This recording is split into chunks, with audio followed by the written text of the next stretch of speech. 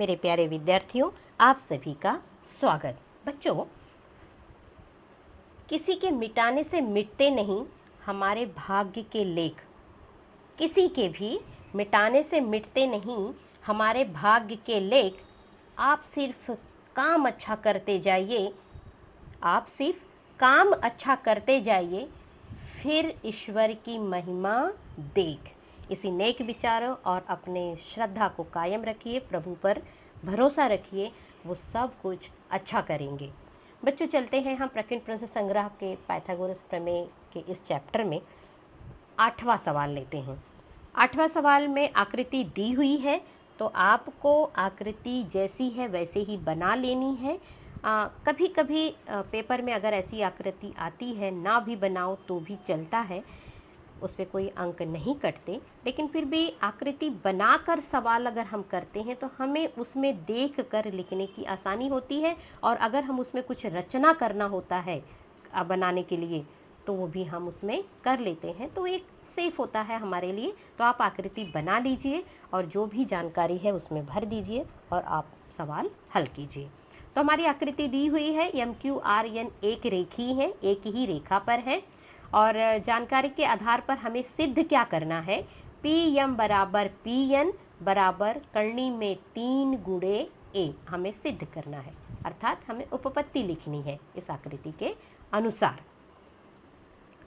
अब हम आगे बढ़ते हैं। अभी इतने दिया है, MQSR एक है, और जानकारी क्या दी है कि ये इनकी भुजाएं जो है कितनी है, A है। MQ भी A है, RN भी A है, और यस से लेकर यहाँ तक भी ये है। ये सारी आकृति किताब में दी हुई है, और PQ और PR भी A दिया गया है। तो चलो हम अपनी उपपत्ति लिखते हैं आकृति के अनुसार। अब जैसी आकृति है उसमें कौन कौन सी जानकारी है वो आप थोड़ा सा लिख दीजिए। तो आकृति के अनुसार क्या है, PQ बराबर PR बराबर QR बराबर QM बराबर RN, सब बराबर कितना है, A। ये आकृति में दी गई है। अब हम क्या लेते हैं, त्रिभुज PMR में QM बराबर QR। एक बार आकृति को एक नज़र देख लेते हैं, फिर हम डिसाइड करते हैं। आकृति हमने देख रहे हैं, PQ यह माध्यिका हो गई। कैसे, क्योंकि MQ बराबर QR है। अगर मैं ये आकृति लेती हूँ सिर्फ कौन सी, PMR, त्रिभुज PMR, इसमें ये है इसकी माध्यिका, और जहाँ भी माध्यिका होती है हम कौन सा प्रमेय लेते हैं, अपोलोनियस का प्रमेय। तो बच्चों हम यही लेने वाले हैं, उस त्रिभुज को लेंगे और अपोलोनियस प्रमेय का फार्मूला या सूत्र लिखेंगे। तो PMR में आकृति आपके सामने होगी। आप जब भी शुरू करते हैं तो आकृति बना लीजिए अपने नोटबुक में, क्योंकि मेरी आकृति थोड़ी सी आगे पीछे हो जाती है पेज दिखाई देने के इस कोशिश में, क्योंकि ये पेज दिखेगा तो आकृति नहीं दिखती है। तो आप अपने नोटबुक में बना लें तुरंत, और इसके बाद फिर वीडियो को फॉरवर्ड करके देखें। त्रिभुज PMR में QM बराबर QR, रेख PQ त्रिभुज PMR की माध्यिका है, और हम बता दिए कि माध्यिका है तो हम अपोलोनियस प्रमेय का उपयोग करेंगे। कैसे, PM का वर्ग प्लस PR का वर्ग, यानी दोनों भुजाओं के वर्गों का योगफल, बराबर माध्यिका के वर्ग का दुगना, और एक जो माध्यिका ने हमें 2 खंड बनाए हैं उसमें से एक खंड के वर्ग का दुगना। तो हमने लिख दिया फार्मूला, PM का वर्ग प्लस PR का वर्ग बराबर माध्यिका के वर्ग का दुगना प्लस एक खंड जो है रेखाखंड, माध्यिका ने जो 2 टुकड़े किए उसमें से एक टुकड़े का वर्ग। अब हम जो मान दिया है ऊपर कथन 1 के अनुसार, सबका जो A मान दिया है वो हम यहाँ पर रख देंगे। तो हमने रख दिया, PM हमें नहीं मालूम है, बाकी सब मालूम है। A का वर्ग, PR A है, यहाँ पे भी A है, PQ भी A है, MQ भी A है, सबका मान रख दिया। कितना हो गया, PM का वर्ग बराबर 2A का वर्ग, 2A 4 A का वर्ग, और ये A का वर्ग हमने पक्षांतर किया तो A का वर्ग, यानी 4A का वर्ग ऋण A का वर्ग। कितना हो गया, 4 में से 1 गया, क्योंकि ये सजातीय पद है हम घटा देंगे, यहाँ कोई गुणांक नहीं होता तो 1 मानते हैं। 4 में से 1 गया 3, A का वर्ग, यानी pm का वर्ग बराबर 3a का वर्ग। अब दोनों पक्ष का हम क्या लेंगे, वर्गमूल। तो pm बराबर करनी में 3 गुणे a, दोनों पक्षों का वर्गमूल लेने पर। इसी प्रकार हम दूसरी भुजा भी सिद्ध कर सकते हैं। pn बराबर करनी में 3 गुणे a। बच्चों हमें यही तो सिद्ध करना था, है ना। सवाल दिखने में कठिन ऐसा बड़ा सा लग रहा था, लेकिन यह सिद्ध करने में बड़ा ही आसान था। अपोलोनियस का प्रमेय सारा मान रख दिया और हमने सिद्ध कर दिया। इस तरह हमारा जो सिद्ध करना था, pm बराबर pn बराबर गुणे करनी में 3 गुणे a। गुणे जरूर लिखिए ताकि ये ना समझ में आए कि यह a करनी के 3 के अंदर या बिल्कुल बाहर है। तो बच्चों हमने पिछले वीडियो में पाइथागोरस त्रिक कि थोड़े से ट्रिक हमने सीखे थे कि कैसे निकाल सकते हैं और कैसे कहीं उसका उपयोग होगा।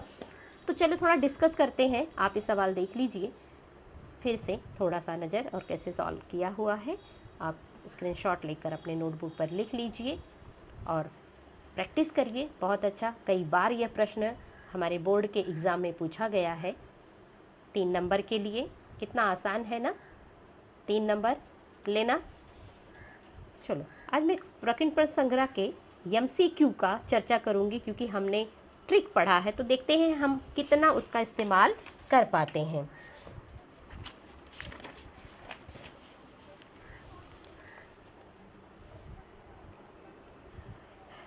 पाइथागोरस, क्योंकि इसमें ज्यादा से ज्यादा पाइथागोरस है। निम्नलिखित बहुवैकल्पिक प्रश्नों के उत्तर में से उचित विकल्प चुनकर लिखिए। निम्नलिखित में से कौन सा पाइथागोरस त्रिक है। पहला ही वीडियो जब पिछले मैंने त्रिक का शुरू की थी तभी मैंने कहा था ये हमारा सबसे नन्हा पौधा है। 3, 4, 5 हमारा पहला त्रिक है, पहला त्रिक। तो बाकी और किसी को देखने के लिए, और 2 हो ही नहीं सकता क्योंकि त्रिक में तीनों संख्याएं अलग अलग होनी चाहिए। यहाँ पर 1 है, हो ही नहीं सकता। यहाँ पर रिपीट है, हो ही नहीं सकता। 1 है, हो ही नहीं सकता। तो हमारा कौन सा है, त्रिक। इस तरह से हमें सोच के, एक तो क्योंकि शुरुआत 3 से हो रही है, 1 है, पॉसिबल ही नहीं। सारी संख्याएं समान है, पॉसिबल ही नहीं। 2 संख्या समान है, पॉसिबल ही नहीं। तो हमारा उत्तर कौन सा हुआ, ये। और हमें याद भी है कि हमारी पहली त्रिक 3, 4, 5 है। चलो बच्चों दूसरा लेते हैं। समकोण त्रिभुज में समकोण बनाने वाली भुजाओं, समकोण बनाने वाली भुजाओं के वर्गों का योगफल यानी कि कर्ण का वर्ग है, कितना है, 169। तो उसके कर्ण की लंबाई यानी दोनों भुजाओं का वर्ग यानी कर्ण का वर्ग, ये कर्ण वर्ग का दिया है तो इसका वर्गमूल 169 का वर्गमूल 13। बच्चों जब हम त्रिक पढ़ेंगे तो बहुत सारे का वर्ग हमें याद हो जाएगा। चलो नेक्स्ट पेज पर चलते हैं।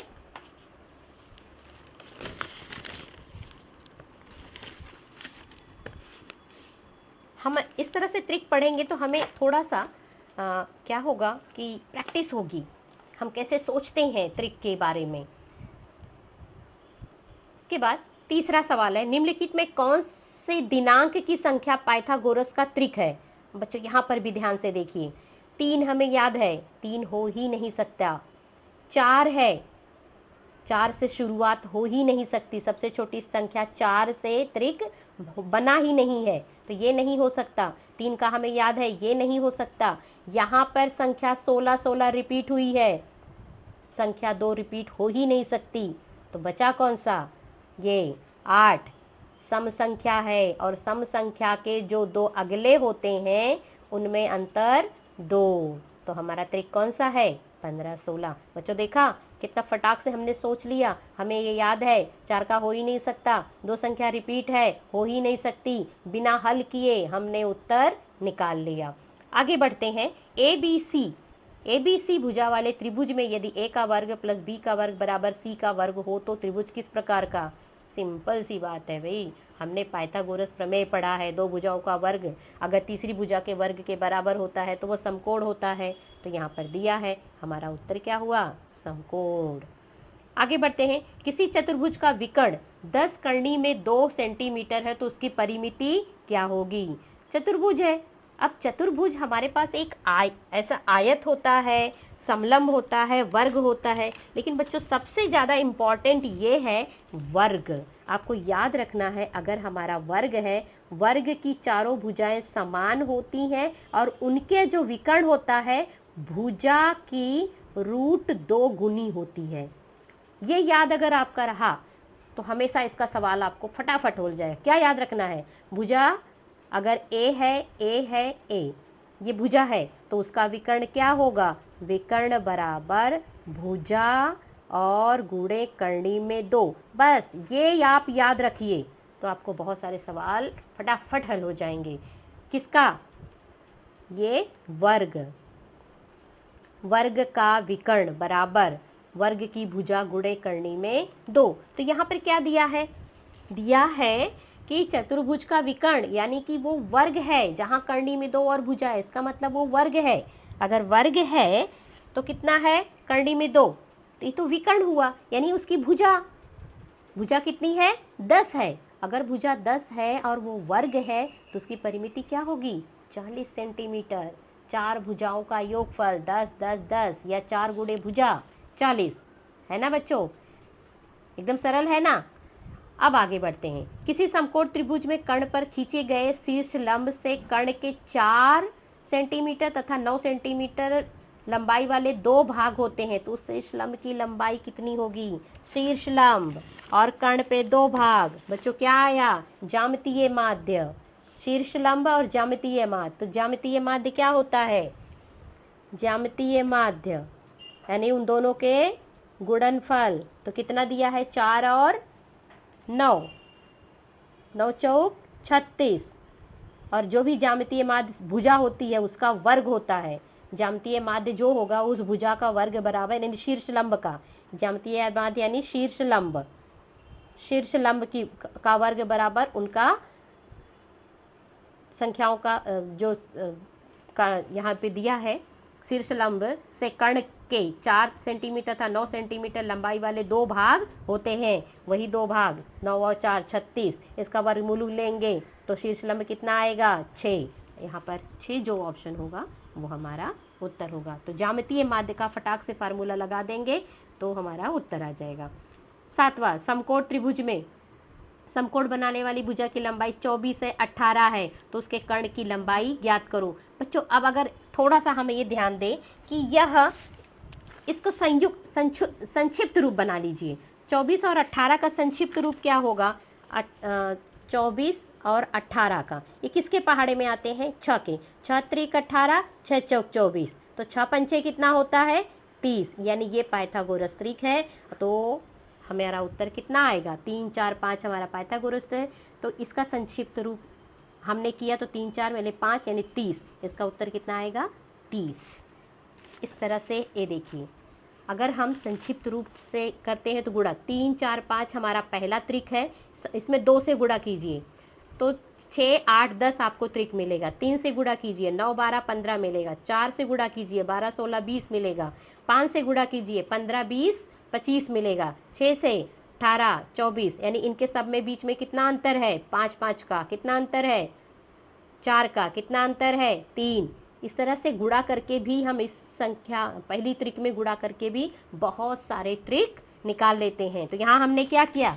हमने इसको संक्षिप्त रूप में दिया, यानी कि हम देखते हैं ये कौन से पहाड़ में आता है। तो हमने देखा कि ये 6 के 6 त्रिक 18, 6 चौक 24, 6 पंचे 30। हमारे पास 30 ऑप्शन है, उत्तर आ गया है ना।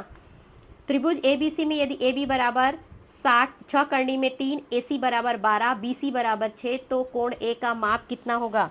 बच्चों हमने पिछले कई हमने देखा है कि त्रिभुज का कोण, जब हम त्रिभुज बनाते हैं, कोई त्रिभुज बनाया तो अगर A है तो उसकी समभुज भुजा BC होती है और B है तो उसकी समभुज भुजा AC होती है। तो अब ये समकोण त्रिभुज है, क्योंकि ये समकोण त्रिभुज है तो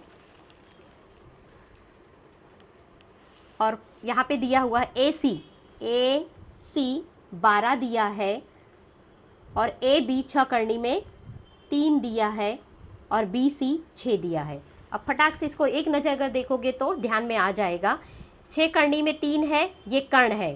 30 अंश के सामने की भुजा कर्ण की आधी होती है, ये 6 है, यानी कोण A कितना है? 30। फटाक से डायग्राम बनाया, आपको उत्तर आ गया है ना। समकोण त्रिभुज बनाया, कर्ण की आधी, 30 अंश के सामने की भुजा कर्ण की आधी, ये आधी है, 30 का मतलब ये कोण कितना है? 30। तो कोण A का माप 30 है। ठीक है, मेरे ख्याल से बच्चों आपको ये समझ में आया होगा। तो आप इस तरह से पढ़ कर अपने पिछले जितने भी वीडियो हैं देखकर उन कथनों को याद करके प्रैक्टिस करते रहिए। आपको बहुत आसान लगने वाला है ये भूमिति।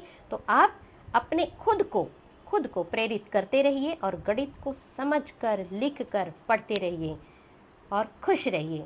थैंक यू बच्चों।